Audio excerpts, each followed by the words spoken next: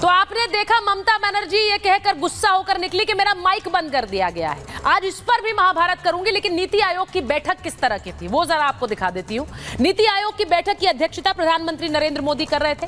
वहां पर रक्षा मंत्री राजनाथ सिंह भी थे, गृह मंत्री अमित शाह भी थे, निर्मला सीतारमण जो वित्त मंत्री हैं उनका भी रहना लाजमी था और केंद्रीय मंत्री भी थे। लेकिन उसी के साथ साथ मुख्यमंत्री, सारे राज्यों के मुख्यमंत्रियों को आमंत्रित किया गया था। उनमें योगी आदित्यनाथ थे, हिमंता बिस्वा शर्मा थे, विपक्ष की एकलौती चेहरा ममता बनर्जी थी। बाकी विपक्ष के मुख्यमंत्रियों ने, चाहे वो सुखविंदर सुक्खू हो, चाहे वो सिद्धरमैया कर्नाटक के मुख्यमंत्री हो, सबने बहिष्कार कर दिया, नहीं पहुंचे। इसीलिए आज सवाल उससे उठते हैं कि नीति आयोग की बैठक में ना पहुंचकर क्या हल होगा। बहिष्कार से देश कैसे चलाएगा इंडिया गठबंधन, सवाल यह है। सवाल यह भी है कि 8 राज्यों के विकास का जवाबदेह कौन है, क्योंकि यहां आकर आप विकास की बात करते हैं, राज्यों को कितना फंड मिलेगा, कैसे चलेगा, उसका जवाबदेह कौन है। सवाल यह भी है कि 40 करोड़ लोगों को, क्योंकि इन राज्यों से तकरीबन 40 करोड़ जनसंख्या है, उनको विकास से क्यों दूर रख रहे हैं अपनी राजनीति के चलते। सवाल महाभारत में यह भी है कि विरोध के एजेंडे से मतलब है जनता से नहीं है क्या, यानी विरोध करो, बहिष्कार करो। महाभारत में आज इसी पर सवाल उठा रही मोदी से दिक्कत, पर देश प्रदेश के बीच के जो सामंजस्य है उससे क्यों है, यह रिपोर्ट देखिए।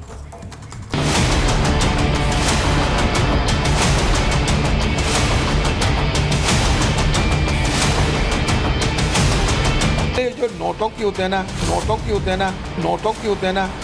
नोटंकी की सारे जो स्क्रिप्ट है बयान कर चुके थे। नौटंकी की ये छाप ममता पर है और लगाई बीजेपी ने नहीं, कांग्रेस ने है। क्योंकि नीति आयोग की बैठक में विपक्ष का कोई मुख्यमंत्री नहीं पहुंचा सिवाय ममता के, और बंगाल की मुख्यमंत्री ने भी वहां माइक बंद करने के नाम पर हंगामा कर दिया। और ऑपोजिशन का ओर से मैं एक ही लाया, लेकिन तब भी मेरे को 5 मिनट में स्टॉप कर दिया। This is इंसल्टेशन। मोदी को टारगेट करने चली ममता बनर्जी और बाकी विपक्ष दोनों अपने ही जाल में फंस गए, क्योंकि ममता के बोलने नहीं देने वाले दाव को बीजेपी तो छोड़िए, कांग्रेस ने भी नौटंकी बता दिया।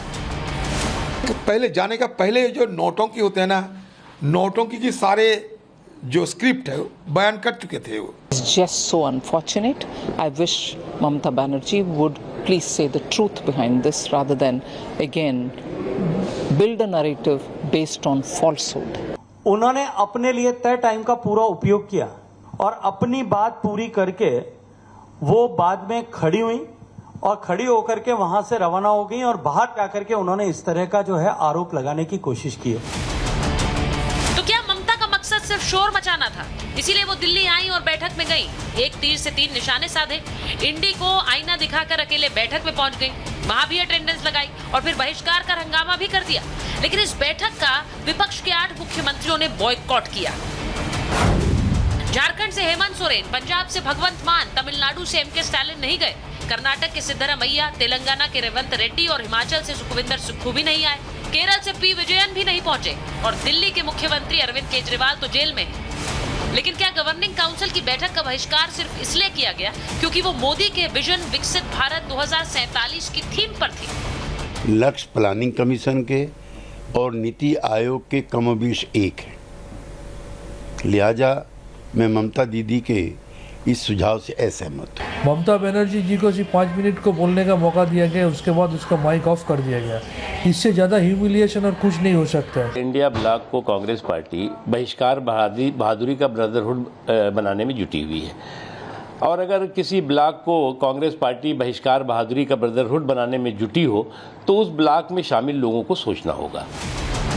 मोदी 3.0 के पहले बजट के नाम पर हल्ला मचाने वालों की ये तस्वीरें आपको याद होंगी। राहुल से लेकर अखिलेश और सोनिया से लेकर विपक्ष के सांसदों ने विरोध किया, सिर्फ इस दावे के साथ कि बिहार आंध्र को फिरौती दी गई, बाकी राज्यों को कुछ नहीं मिला। लेकिन जब अपने राज्यों के हक की बात करनी थी, विकास पर मंथन और प्रोजेक्ट लाने की बात उठाई जा सकती थी, तो विपक्ष ने अपने मुख्यमंत्रियों को क्यों नहीं भेजा? भारतीय जनता पार्टी की सरकार जो भी कदम उठाती है वो इस तरह उठाती है जैसे तानाशाह उठाते। आप विपक्ष के लोगों से क्यों मशवरा नहीं करते? नीति आयोग की बैठक का मतलब क्या? ये 2 व्यक्ति जो चाहे सो करे, ऐसे नहीं चलता। नीति आयोग की बैठकों में इस तरह के दृश्य कभी हमने पहले नहीं देखा है कि कोई रुस करके चला गया, कोई उठ के चला गया। नीति आयोग तो बहाना है, विकसित भारत का विरोध करवाना है। इसीलिए इंडी अलायंस आज नीति आयोग का बहिष्कार कर रहा है, परंतु देश हित में जो भी होता है इंडी अलायंस कांग्रेस पार्टी इसका बहिष्कार करती ही है। नीति आयोग देश के विकास का एक ब्लूप्रिंट तैयार करता है। प्रधानमंत्री इसके अध्यक्ष हैं। जब योगी से लेकर हिमंत बिस्व शर्मा और मोहन यादव से लेकर धामी तक गए, अपने अपने प्रदेश की जनता की बात रखी, तो विपक्ष ने क्यों बॉयकॉट किया? क्या सिर्फ इसीलिए कि हंगामा खड़ा करना ही विपक्ष का मकसद? मोदी विरोधी के बहिष्कार से देश चलाना चाहते हैं। इसी पर आज की महाभारत। आपको बता दूं कि शुरुआत में मैंने कहा कि एक बैठक हुई जिस पर सियासत है, जिस पर महाभारत कर रहे हैं। दूसरी बैठक इस वक्त शुरू हो गई बीजेपी शासित राज्यों के मुख्यमंत्रियों की। उनकी तस्वीरें आ रही हैं, वो भी जरा स्क्रीन पर रखेंगे क्योंकि ये अहम बैठक है। प्रधानमंत्री वहां पर पहुंचे हुए हैं। मेहमानों से परिचय आपका करा देती हूँ। बीजेपी के राष्ट्रीय प्रवक्ता शहजाद पूनावाला जी हमारे साथ जुड़ गए हैं। हमारे साथ एलजेपी के प्रवक्ता अजय कुमार पांडे जी हैं।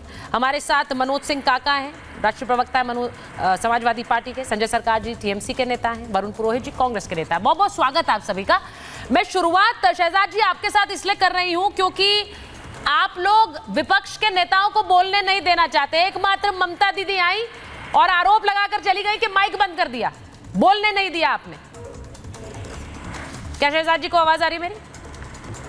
सुचारिता जी हाँ, सुचारिता जी, नीति आयोग तो बहाना है, दरअसल विपक्षी खेमे में अपने चेहरे को चमकाना है। 2014 में पहली प्लान की मीटिंग होती है, उसका वॉकआउट कर देती है ममता बनर्जी जी। 2015 में लैंड बिल पर मीटिंग होती है, उस पर वॉकआउट कर देती है ममता जी। 2016 में मीटिंग होती है, उसमें वॉकआउट। 2019 और 20 में मीटिंग होती है, उसमें वॉकआउट। 2020 में कोरोना की मीटिंग, उसमें वॉकआउट। तो ऐसी कौन सी मीटिंग है जहां वॉकआउट नहीं किया? वैसे इंडिया अलायंस ने फैसला किया कि हम इस मीटिंग का बहिष्कार ही करेंगे। ममता दीदी क्यों आ रही थी? इसलिए आ रही थी क्योंकि कांग्रेस के नेतृत्व में मैं क्यों दिखूं, मैं अपना अलग ग्रैंड स्टैंडिंग करूंगा। और ये बात मैं नहीं कह रहा हूं, ये बात खुद अधीर रंजन चौधरी कह रहे हैं। और अधीर रंजन चौधरी जी का एक बयान मैं आपको सुनाना चाहता हूं जो बहुत महत्वपूर्ण है और वही बता देगा, बाकी सबका तो छोड़ दीजिए। ये अधीर रंजन चौधरी जी कह रहे, सुनिए। मुझे लगता है झूठ, ये सारे निहायत झूठ बोलते हैं। क्योंकि एक स्टेट की अगर कोई मुख्यमंत्री को इस तरीके की बोलने का मौका नहीं दिया जाता, बोलने की इजाजत नहीं दी जाती।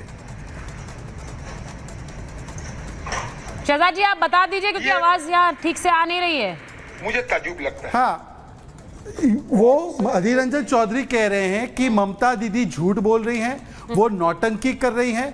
और मैं आपको एक और बात बता दूं, टीएमसी के एक सांसद के पति ने, जो कि एक तथाकथित पत्रकार भी है, उन्होंने भी कल बता दिया कि ममता दीदी कल मीटिंग में जाकर वहां से वॉकआउट कर देगी ताकि वो माहौल अपने तरफ बना सके। अच्छा। उस पत्रकार का, तथाकथित पत्रकार का मैं नाम भी ले सकता हूं, राजदीप सरदेसाई, उनकी पत्नी है सागरिका घोष, वो सांसद है। तो मैं पूछना चाहता हूं कि ये स्क्रिप्टेड ड्रामा केवल इसलिए किया गया ताकि अपने आप को इंडी अलायंस में नेता के रूप में प्रतिस्थापित करके राहुल गांधी को पीछे किया जाए, परंतु इसमें नुकसान वेस्ट बंगाल की जनता का हुआ। और मैं तो हमेशा कहता हूं इनको बजट से प्रॉब्लम नहीं है, इनको नीति आयोग से प्रॉब्लम नहीं है, हाँ। इनको बजट बनाने वाले अर्थात मोदी जी से प्रॉब्लम है। और मोदी के सामने कौन लड़ाई लड़ते दिखेगा विपक्ष के चेहरे के रूप में, यह पूरी लड़ाई है। अपने बीच की प्रतिस्पर्धा के चक्कर में नीति आयोग जैसे प्लेटफॉर्म को राजनीति का अखाड़ा बनाए। नहीं, ये तो